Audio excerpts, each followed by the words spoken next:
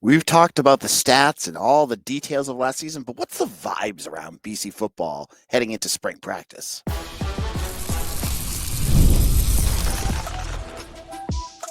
You are Locked On Boston College, your daily podcast on the Boston College Eagles. Part of the Locked On Podcast Network, your team every day.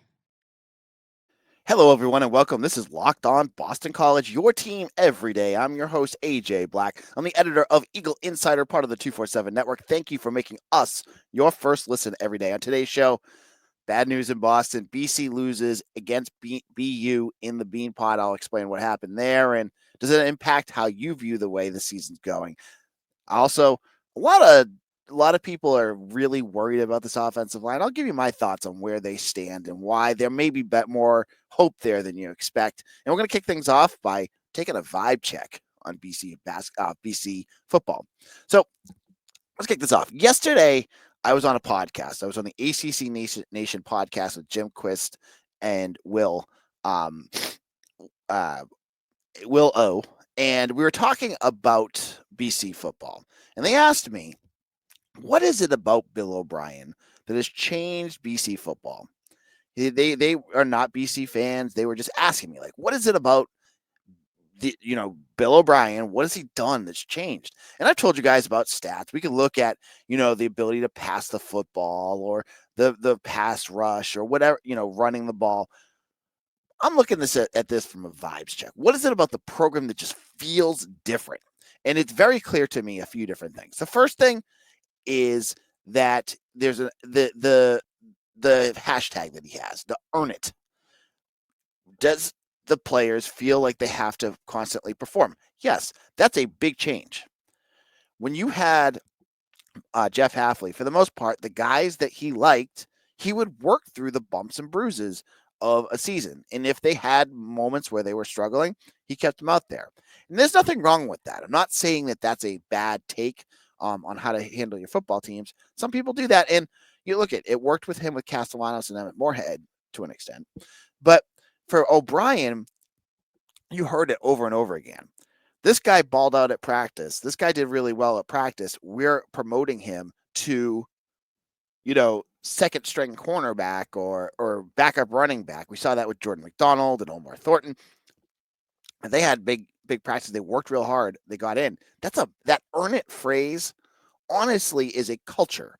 It's a philosophy that I really think is paying dividends for this program, because even when you're going into this season, when you're looking at what BC has to do, you have every position. I mean, honestly, I'm looking at every position going, there's a position battle there. There's a position battle there. Grayson James, your starting quarterback. He does not have the quarterback one spot locked down. And I think that's a great way to keep guys competitive.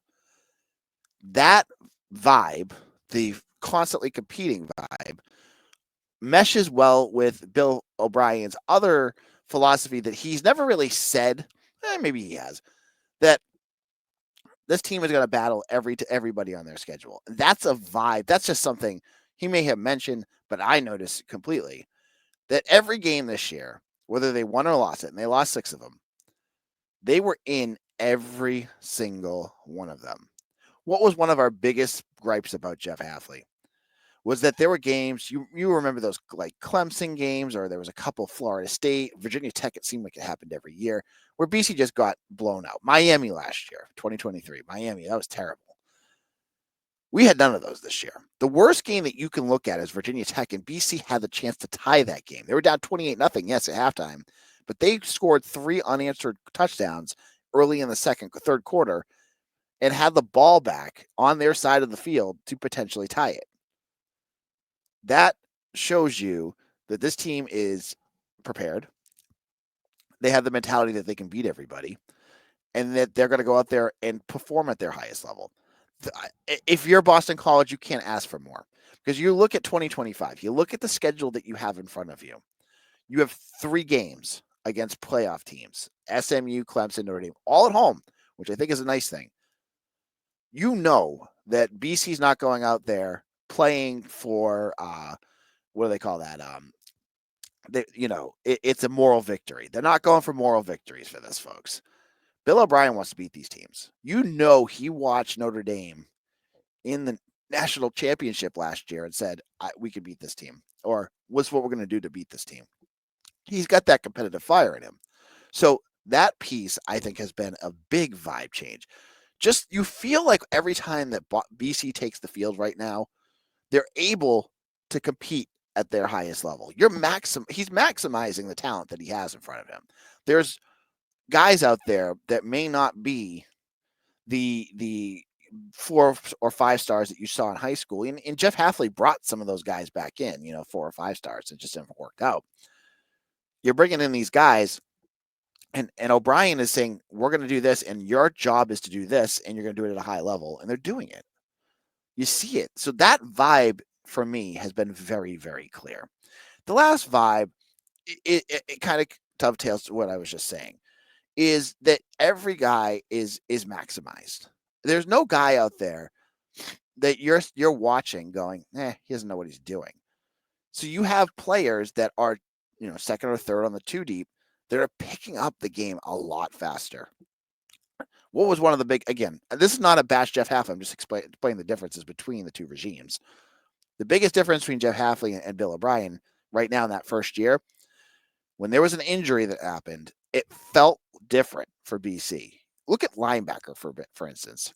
You lost Cam Arnold, a position you were you thought going into the season would be very thin.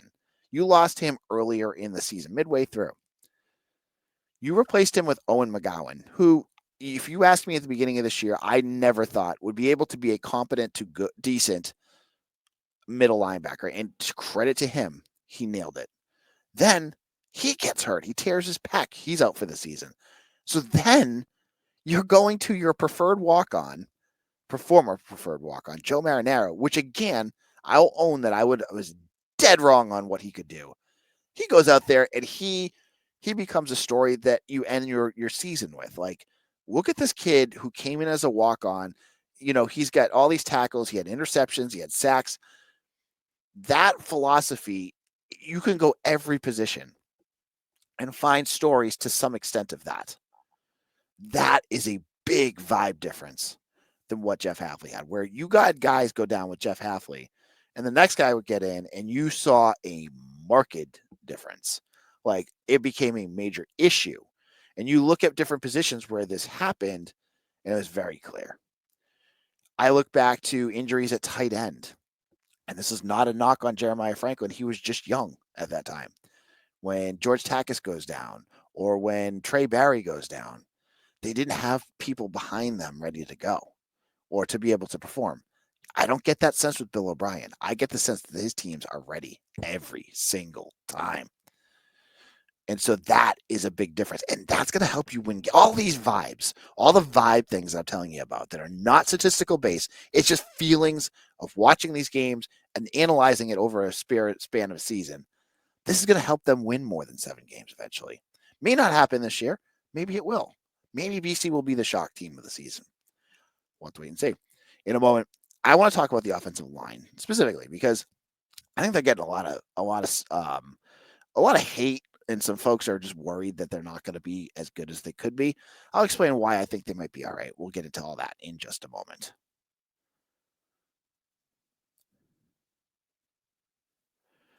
After the holiday hustle, there's nothing like giving your home a little TLC. I always find that decluttering and refreshing my space helps me get back into a routine. Whether you're tidying up, cleaning out, or just want to give your space a new look to start the year, Wayfair has everything you need, all within your budget. For me, I'm always into patio furniture, and we're getting closer to the end of this winter. I cannot wait to get some to spruce up my patio and get some new furniture out there. And I've used Wayfair before. I will use them again because they have the pieces that fit my style and budget, and they have hassle-free and hassle-free delivery, even for larger items. So check out Wayfair. Give your home the refresh it needs with Wayfair. Head to wayfair.com right now. That's WAYFAIR.com. Wayfair, every style, every home.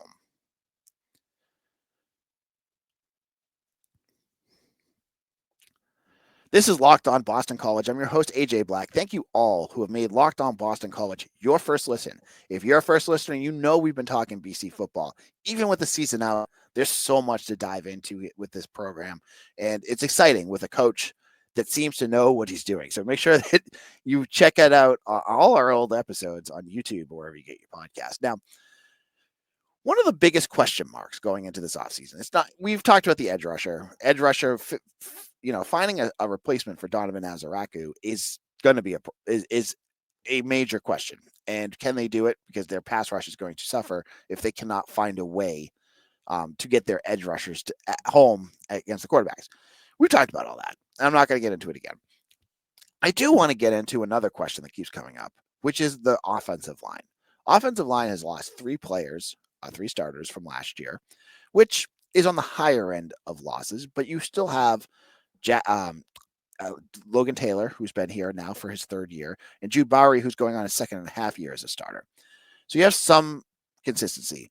But what I hear, you go on social media, you hear it over and over again from the fan base, which is this offensive line is going to be terrible, that there's no chance. And there's 2 things I want to bring up. First of all, I know he's gotten a lot of slack for his recruiting, and I'm not here to argue with what you said about that. That Matt Applebaum, the offensive line coach, he struggled with getting the depth where it needs to be. There was that year where they had Googs and then it went to Applebaum. I'm sure that kind of messed up the recruiting a little bit, but you look at the depth and there was some years where it was a little lean.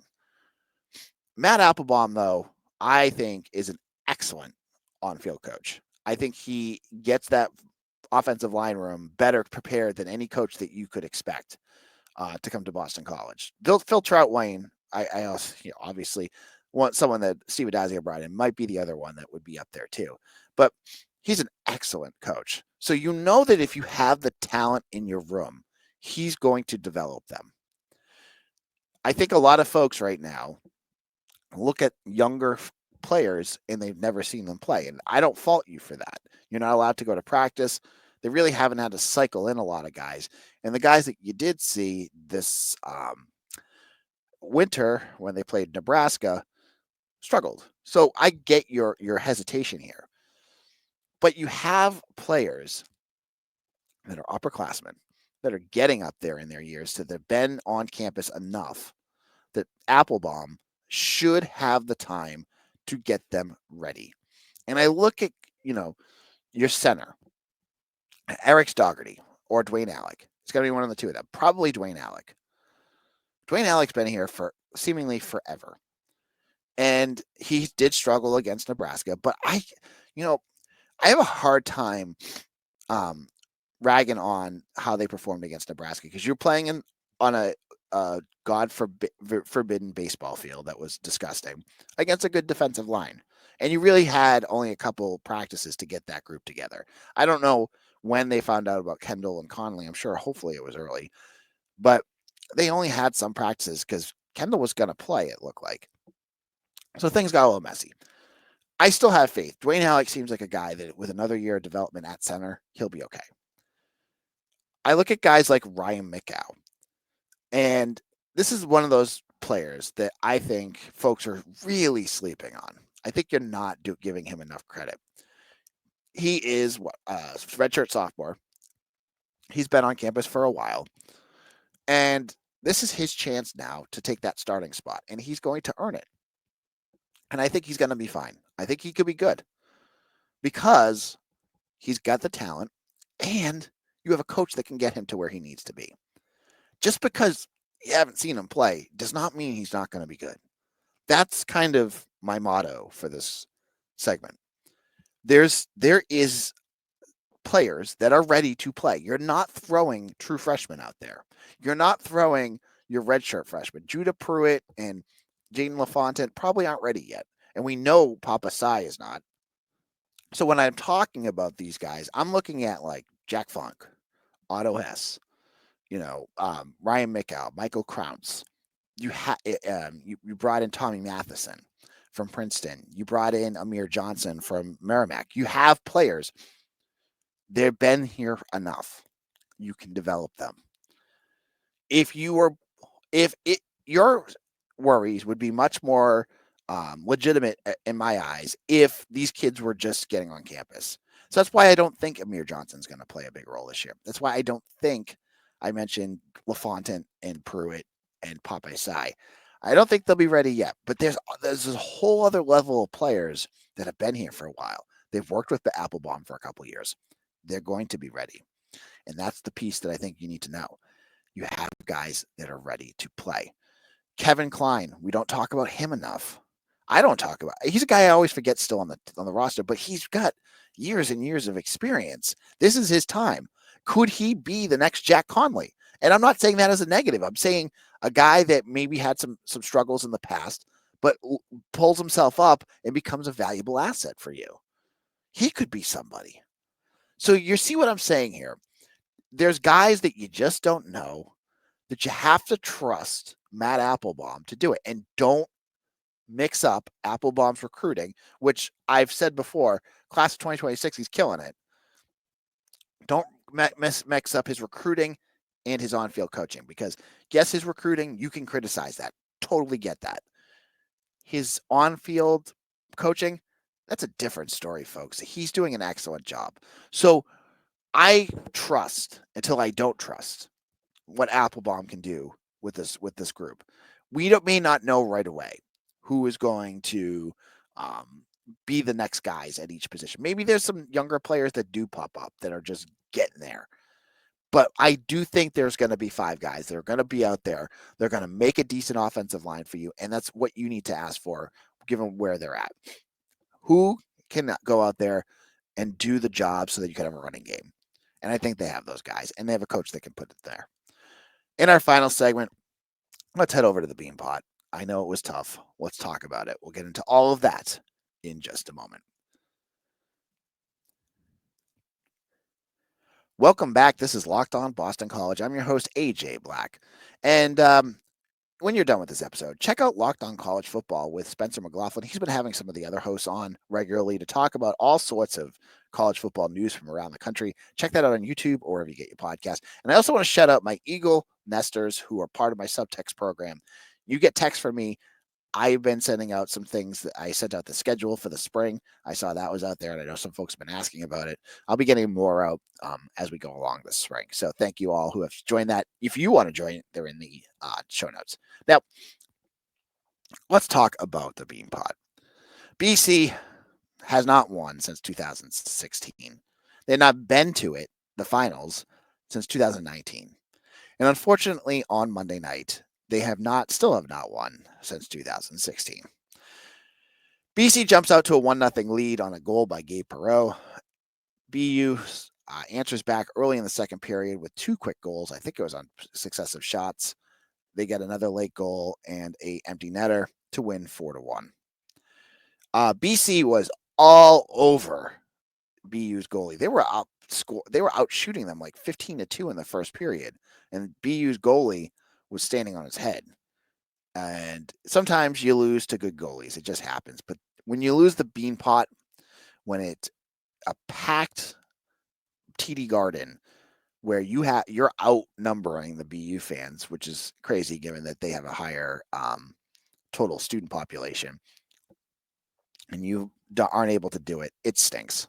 This was tough because BC just beat them twice in the last, couple weekends ago. They beat them back to back and did it pretty convincingly too. I'm not here to criticize anyone. That's not my job. Sometimes you just run into a good goalie. You ran into a good goalie on Monday night, and you just could not. There was some sloppiness with passing. There was some issues on power play. It wasn't the prettiest game. BC did not look like a number 1 team out there, but they battled and you lost. And so now you have to move on. What's next for BC? It is looking ahead to the Hockey East title. They're still number 1 in the country. This loss does not count Hockey East standings. It only counts pairwise. They're still number 1 there too. They've basically, I believe they are clinched for the Frozen Four tournament, which is good. But again, sometimes you just run into the wrong team in college hockey at the wrong time, and it looks like it happened here. Greg Brown, he'll get his Beanpots. Now you have to look at it and say, oh, BU is more than doubled what BC has, because BC has what 9, 10 Beanpots, and that was number 21 for BU. Um, Sometimes a loss like this can help though, because when you have a good team full of blue chip recruits like Boston College does, and you've been moving along, streaming along, doing everything you can to win every game that you've had, you really haven't run into adversity yet.